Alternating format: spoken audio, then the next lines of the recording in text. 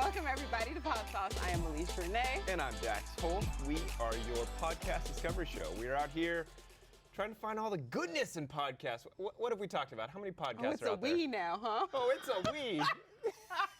we talked about a plethora of podcasts thus far, but I'm really excited about this new category that we have. If you like this, you'll like that. If you like the Armchair Expert with Dax Shepard, Which I do. we believe that you will like Life is Short with Justin Long. Here's why. His podcast is from the lens of, he's like, oh, I'm 41 years old now. I just want to know, like, what is life? What's the meaning to life? There has to be more to life than just work, work, work. Or is there? Or is it? Because for some people, that's what life is for them. That's what success means to them, right?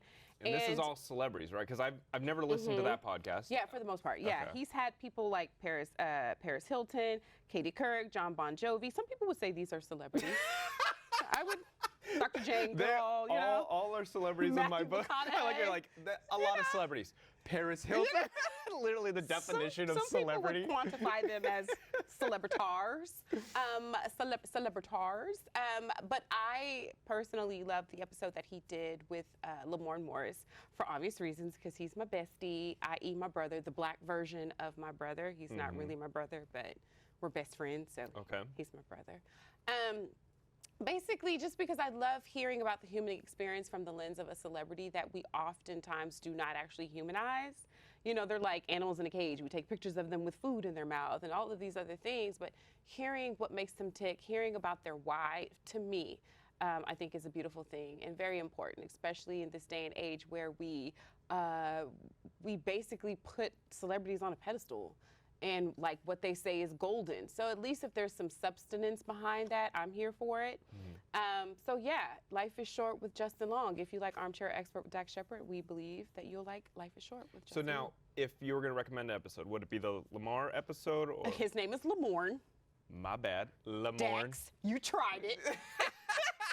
And you're getting all this neck action. Lamorne. Lamorne Morris. All right. Well, you haven't brought him around here, so I don't know him. I've never met him. Because I don't want you to say, hi, Lamar. Nice to meet you. Knock it off. Well, I might, just to make you uncomfortable now. All right. So would that be the one episode that you would say, go listen to it, or is there other ones you've heard that you really enjoyed as well? I enjoyed the Katie Couric one as well. But yeah, obviously I'm going to root for the home team. But really, just if celebrities and their lives are fascinating to you, I would say check out any of the episodes just to kind of get a little more context into the depth of them, right? Because we don't oftentimes really explore that. We don't explore, well, is it just the fame that you want, or is it just the money? Did you grow up poor, and is that why? You understand what I'm saying? Yeah. So yeah, start with Lamar Morris, is just because I love hearing about the evolution from him at Second City, being the commercial king. He went flat broke. At one point, he was sleeping on my couch, and then when he moved out here to LA to pursue his dreams wholeheartedly, the bottom fell out for him again, and he still picked himself back up. So just the story of perseverance, the story of no matter how many times people tell you no, or you're not good enough, or one time he was on a bus and he was recognized, and this woman was like, oh my God, that's Lamar Morris, I want to go get his autograph. And the dude was like, are you stupid? That's not him. Why would he be on the bus, you dummy?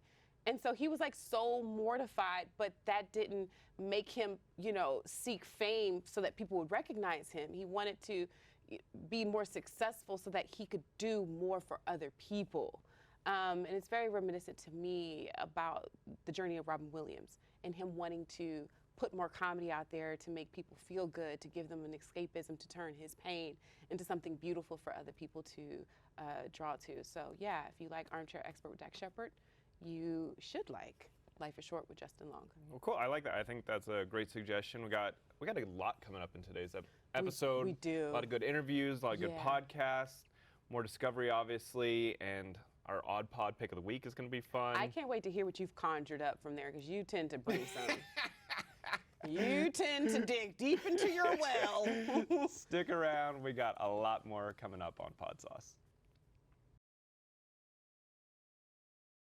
Welcome back to Podsauce. This is my favorite time of the day. Oh, I'm going to fight When you. we go to battle with our picks of the week, Alesha presents hers, I present mine, and I will win. But we're going to get to your pick of the day. How very wrong of you, actually. All right, what you got for me today? Well, let me tell you, as I was, because let's be clear, we don't always like know off the top of our heads outside of the dedicated podcast that we already listen to, like what we're going to bring to the table, Yep. right?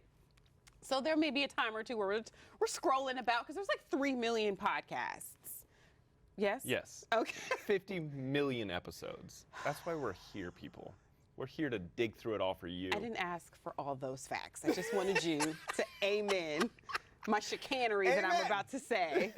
So as I was on the podcast discovery page, I stumbled upon I Spy, hosted by Margot Martindale. I think I said her last name right. Please forgive me if I didn't. She's an actor. I've seen her in a myriad of different projects. For whatever reason, I can't come up with the specific one off the top of my head that I feel like you would believe that Would you know would or know. recognize? But Okay. she's white. You're white. You know your people. So We all just- know each other. Y'all all know each other. But Me and Margot go way back. Yeah. So I Spy, hosted by Margot Martindale. It's basically a podcast. I mean, which is so dope. I don't know why I'm cheesing from ear to ear right now. Maybe because, you know, sometimes I like Murder Most Foul Yep. and the intrigue behind it all. So this podcast is from the lens and the perspective of the spies who have infiltrated different organizations, from the CIA to MI5, and you know it also gives you background as to why and how certain things transpired. So the episode I stumbled upon was the one about Narcos, for obvious reasons. okay. It just gives you the behind the scenes background of how they took down like Pablo Escobar, and all the little bits of information from this snitch over here, this rata over there. You like the way I said rata in Spanish, right? It means rat. Carlos is laughing. Y'all can't hear him, but I can hear him. I'll let y'all guess his ethnicity. I'm right in the house. I'm right. He said I said it right. So anywho, just from listening to like all the little pieces. First of all, Pablo was a G. Let me tell you how he told them. He was a goof. I like that you're glorifying him. No, I'm not glorifying him. I'm just like, yo, like when you have money and privilege, you really Yeah. can just like wield a big stick and people will just say, okay, have a good day. Because he got caught and I don't want to, because my mind is drawing a blank for some reason, but I don't want to give the wrong country out there. But basically, Colombia. let's go with that. Sounds right. Let's go with Colombia. But in Colombia, there was like this law at the time that if you plead to A, B, C, D, and E, you can get off for the rest of this stuff, right? Okay. So Pablo was like, so listen, guys, I'm gonna catch this rap for us all. I'm gonna take it on the chin. At the time, I think he was worth like 30-something billion. Right? He's like, I'm taking on the chin, but let me tell the government how this is gonna go down. So this is the type of prison I'm going to live in. This is who's going to be housed in this prison with me. This is who's going to guard it because of my safety and all these things. But don't worry, guys, I'm going to foot the bill for it. I mean, a total G. And it worked until He's people. paying for his own jail. He paid for his own jail. He built the own jail. I mean, it basically was like a Motel 6. We'll leave the light on for you. It was so nicely laid out. It was ridiculous. You got me. Did I'm I get interested. you? I'm in. I mean, it was I'm just in. like. I Spy. Got one. I'm so happy. All right, I Spy. Mind you, you're such a heathen. You spent this whole episode, this whole, segment going over. But I've told you about spiritual podcasts. You want none of that. But I tell you about Narcos, and you're like, let me get my pen. What episode you say? But yeah, I Spy with Margot. Yeah, That's but all I got. they also talk All right. about, a myriad of different things, but this particular one was the one that got me in because it's just really crazy to hear how if this thing didn't happen on this day and if this person wasn't home for that day, then they would have never taken down Pablo Escobar. Wow.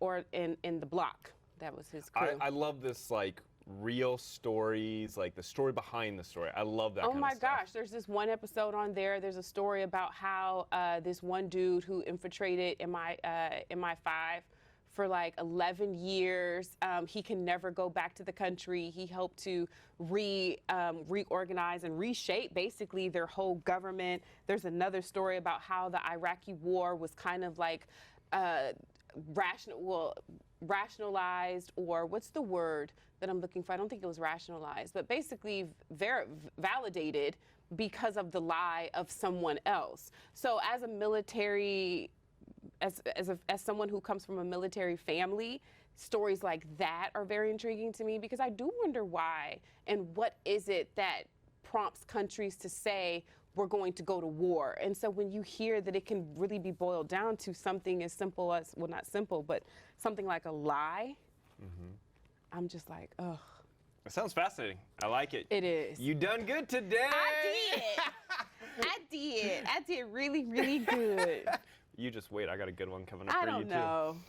And if you guys miss any of the podcasts we talk about, you can always sign up for our newsletter. Just head on over to podsauce.com and you can sign up, and we will hand deliver it straight into your mailbox. Well, we're Super not easy. hand delivering it, but we'll hit send. We'll Someone's finger deliver hand it. will hit send. Maybe that's it. We got so much more coming up on Podsauce. Welcome back to Podsauce. I'm Dax Holt. I am Alesha Renee. And we've got a very special guest on today. We do. Nina Gilden Seavey, who is behind the podcast My Fugitive. Thanks for having me, Dax and Alesha. I really appreciate it. You know, this is a great opportunity for us to get the word out about the, about the podcast, and just, kind of talk about what it's about. There was a lot of revelations in that podcast. No, and you know what? For someone who hasn't heard of the podcast yet, can you give a little brief explanation of what the podcast is, what your connection is, just for someone who's tuning in for the first time? Sure, no problem. So it really is about, overall, it's about the, kind of the unintended consequences of government surveillance. So, and that's, I would say, sort of the main theme. But the story that we tell is really about, it starts on May 4th, 1970, with a fire on the Washington University campus in St. Louis. And it had to do with a protester who was involved in the fire. And my father, who was a civil rights attorney in the late 1960s and 70s, represented this student. And what you come to find is that this student and his co-defendants were charged in a way that no one else in America was brought up on federal charges. And so and my father lost the case.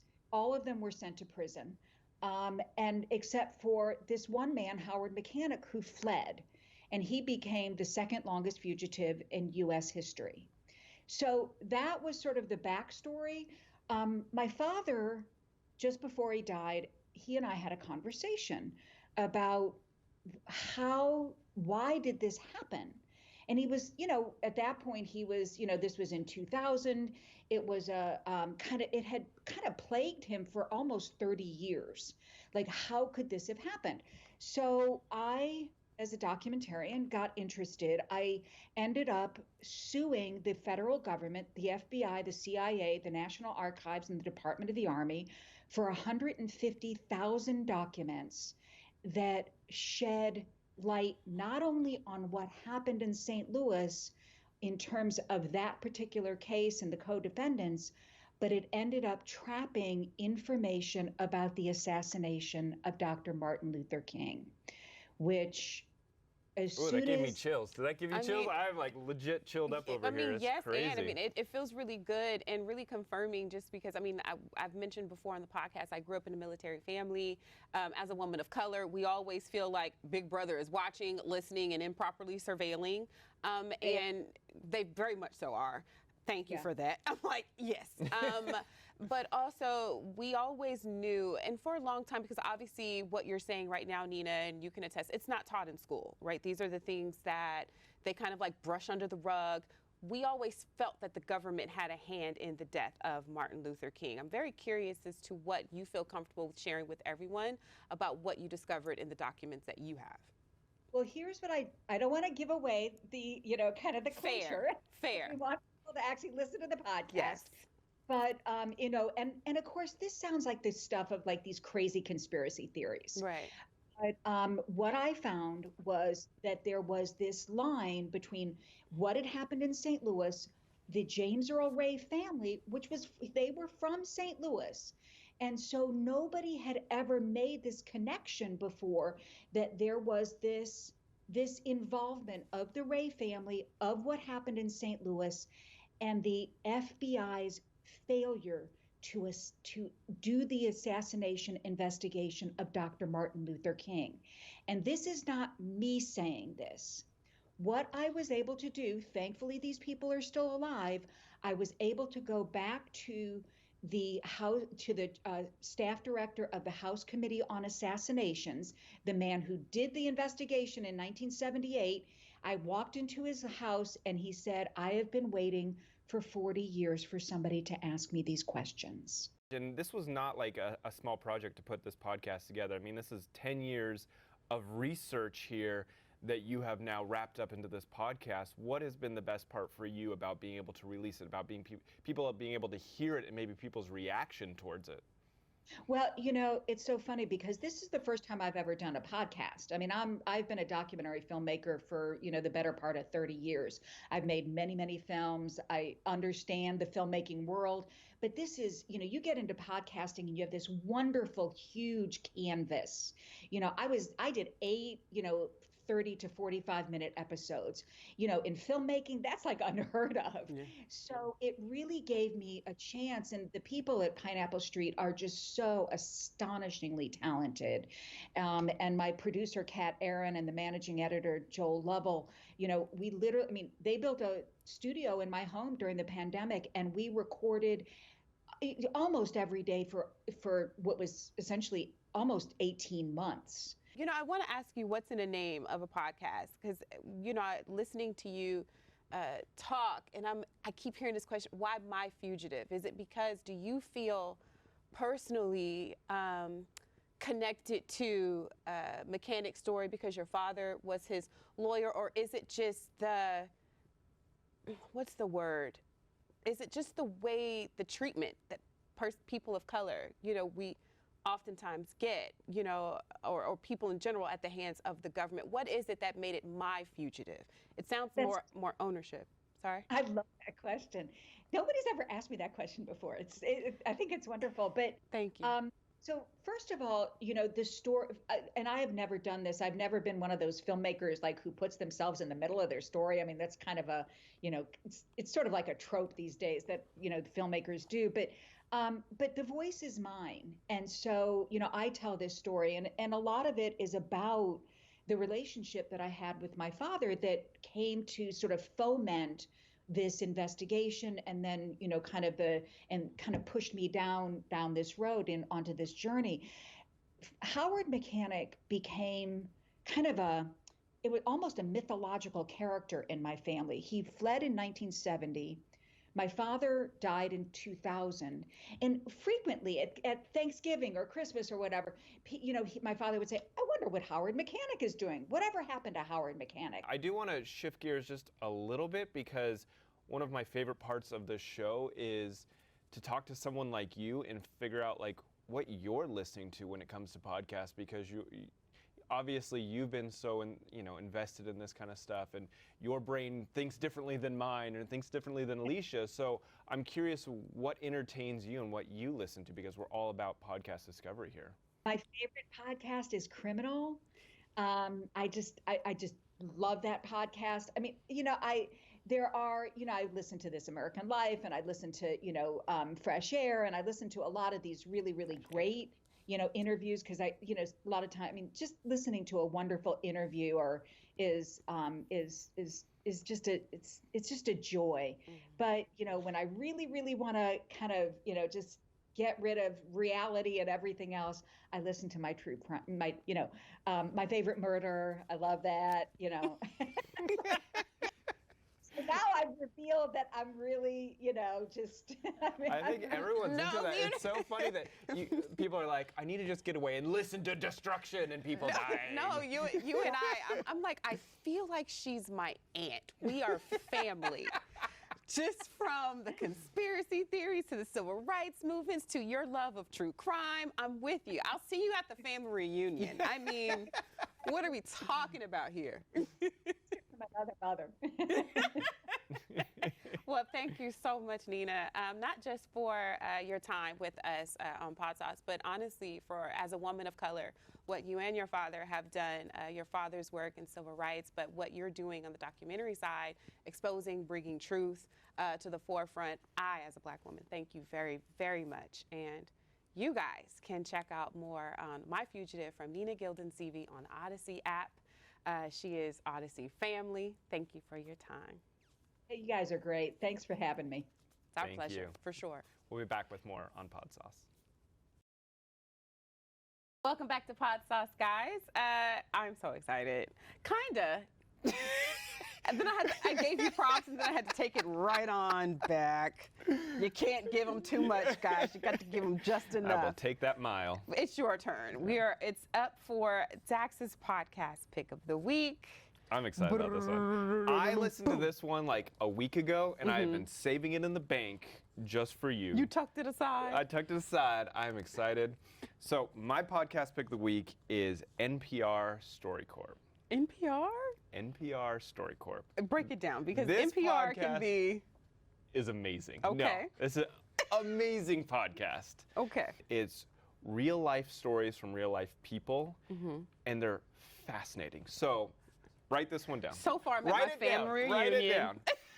Carrying the Weight is the name of the episode. You're going to want to write it down. Trust me. So this is an interview with a man. Are you listening now? Oh, my God. I'm so excited to tell you. Stop You writing it just down. said Stop write it writing it down down. and listen to my podcast. So it's called Carrying the Weight. It's a story. It's a man who has forgiven and befriended his son's killer. Nope. Take it all in. Take it all in. I did. I took it in and I threw it right back. Nope.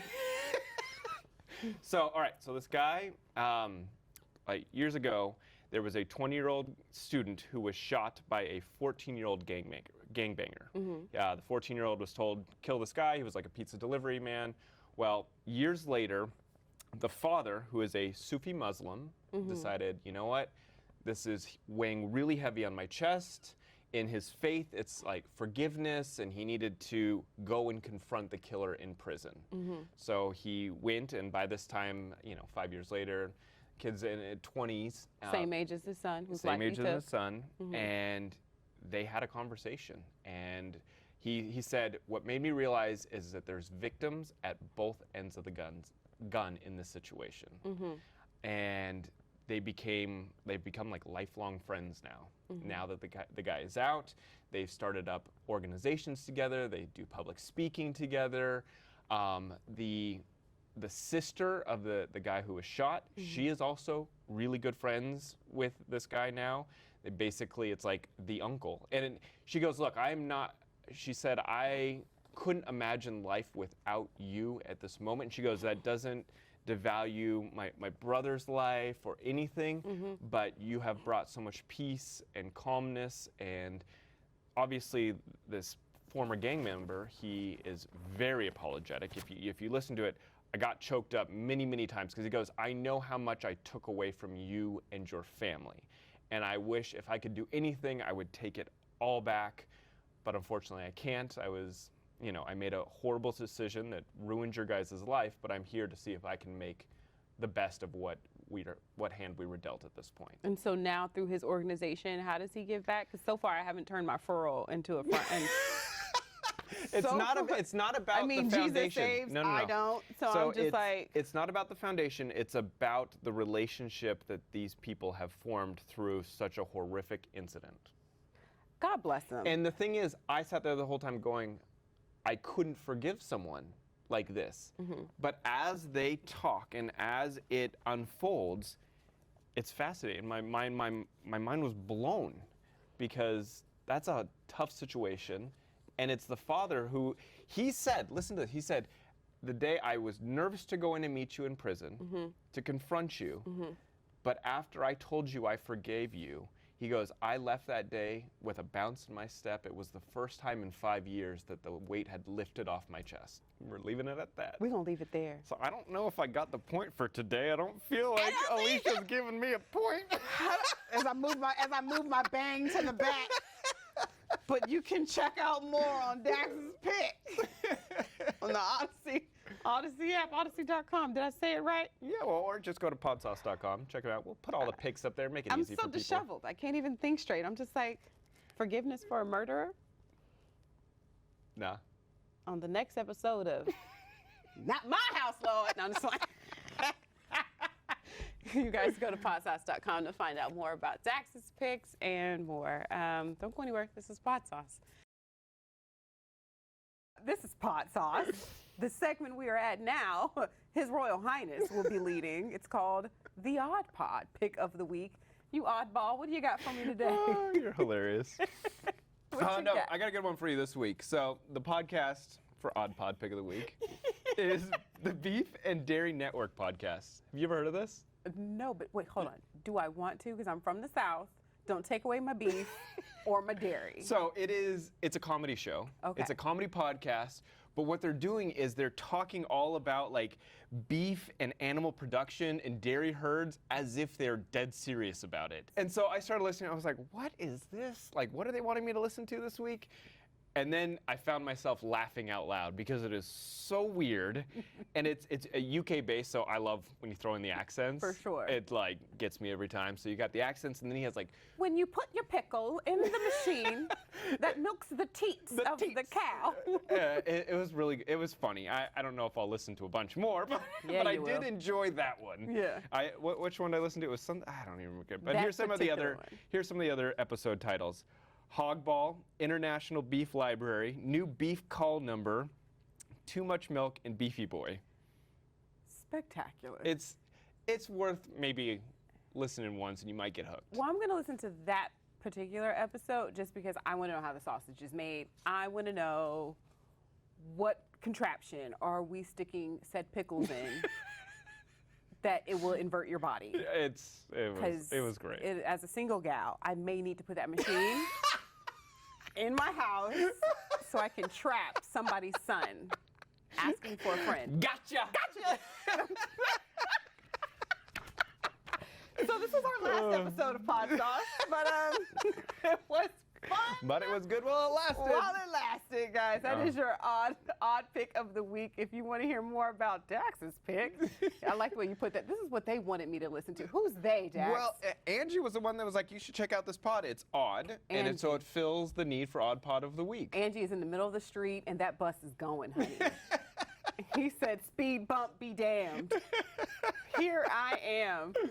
If you guys want to hear more about Dax's odd pick of the week,